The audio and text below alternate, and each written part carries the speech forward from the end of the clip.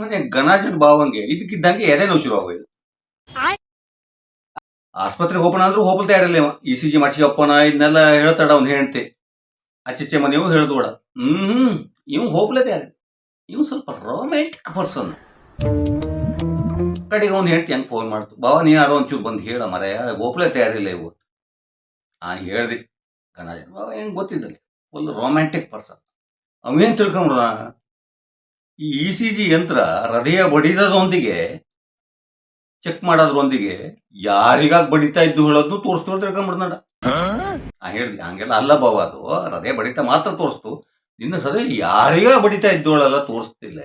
ಅದು ಕಂಡುಹಿಡಿದವನು ಗಂಡಸೇಯ.